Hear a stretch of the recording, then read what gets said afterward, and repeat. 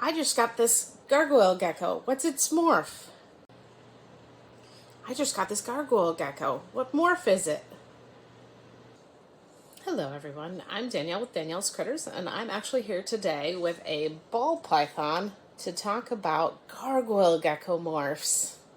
So this guy is actually Oak, and he's our daughter's ball python. He's visiting the reptile room today because his enclosure is getting redone, and he will be moving into a beautiful mansion in our daughter's room, hopefully today. But Oak is a normal ball python, and that actually means he doesn't have a morph. But the reason why I wanted to talk about morphs and show you ball pythons is that a morph is a term used for a genetic trait that is reproducible. So it's usually one gene or one combination of genes that produces a visual difference. And because Oak is normal, he has no morph. However, you can see his difference with Naga, and Naga actually has two genes that make her visually different than Oak, our normal ball python. She is a cinnamon pastel, and I wanted to show you her because cinnamon pastel has its own cool morph name. It's called pewter. So the reason why gargoyle geckos are different than ball pythons is that all of the traits that visually change the way that a gargoyle gecko look are actually polygenic. It takes more than one gene to affect how it looks. So they're technically not morphs. And this comes up a lot in groups when you're like, what morph is my gargoyle gecko? And people are like, that term isn't real. But we do have two morphs that we consider when we talk about gargoyle geckos. Okay. All of that was to say that while gargoyle morphs are not technically morphs, we've split them into two categories that we often refer to as morphs. When I first started recording this, I thought I will hold up each example of the different things that I want to talk about in my gargoyle geckos, and I'll pick the best ones that are least jumpy, and it'll go great.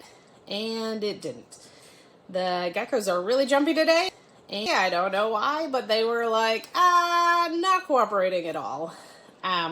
So I'm going to talk and hopefully run some cool B-roll to show you the different morphs and the different traits that I would like to talk about. So the two morphs for gargoyle geckos are striped and reticulated. And the striped one is really easy to identify because it is literally striped. And it comes in colors, so we often say red striped, orange striped, or bacon, which is red and orange striped.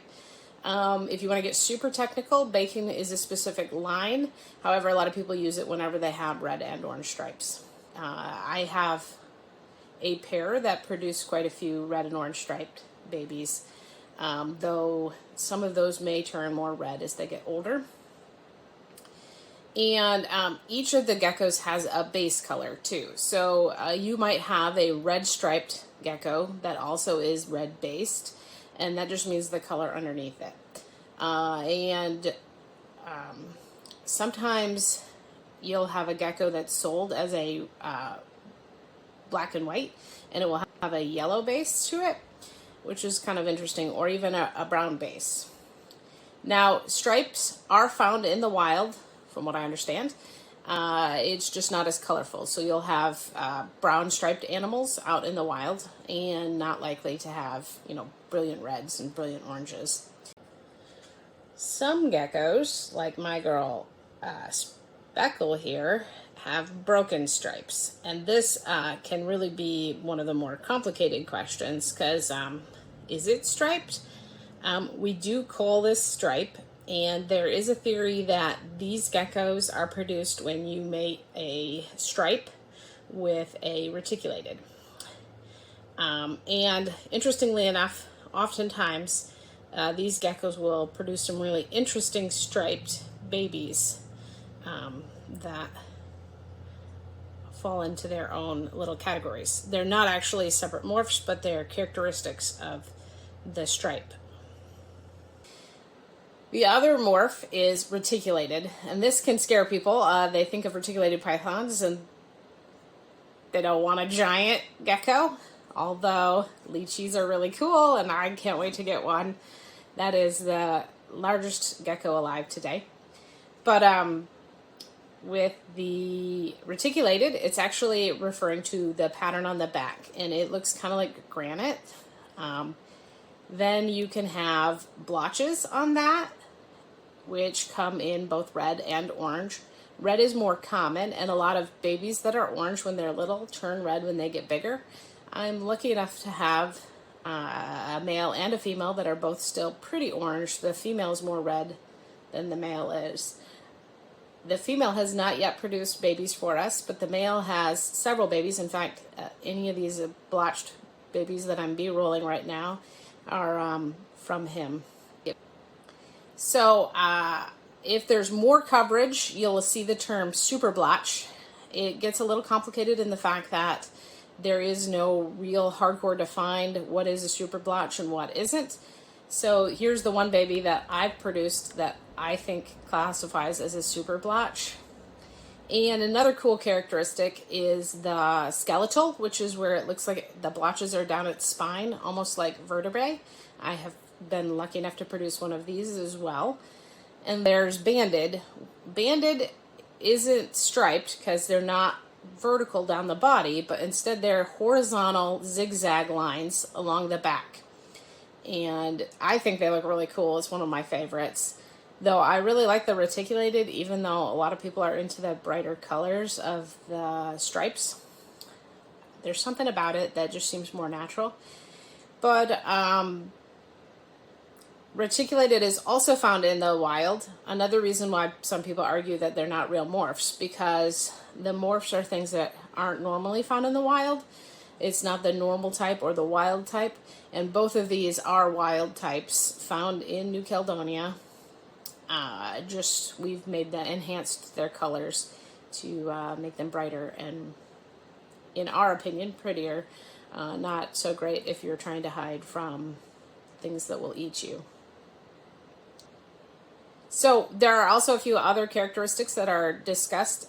Super stripe exists, though because so many different people have different definitions, it can be really complicated to know whether or not you have a super stripe.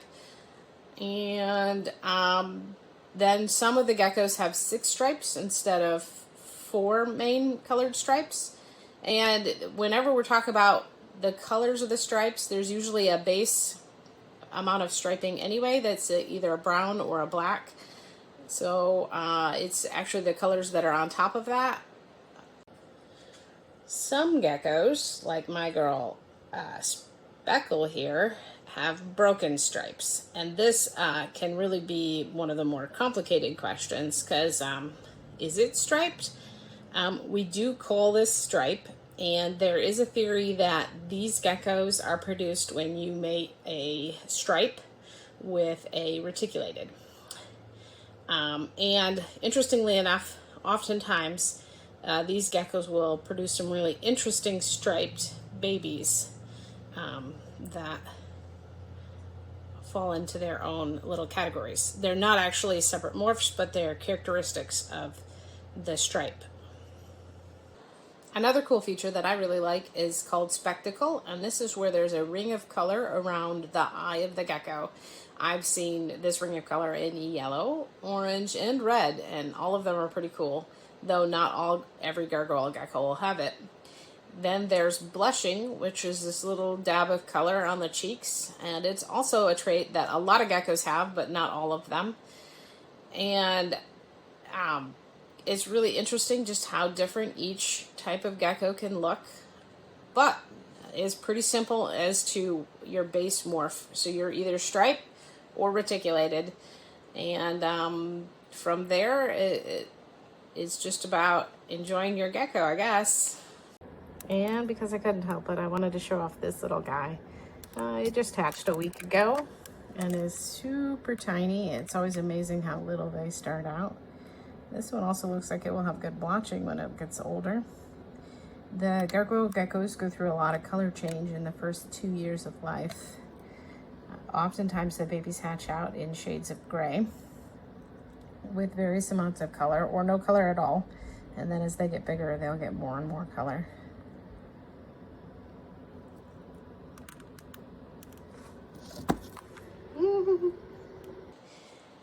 I'd love it if you took the time to subscribe and to like this video, to leave a comment, and it'd be really cool if you went on to watch some more content. Here is one of my best watched videos up now.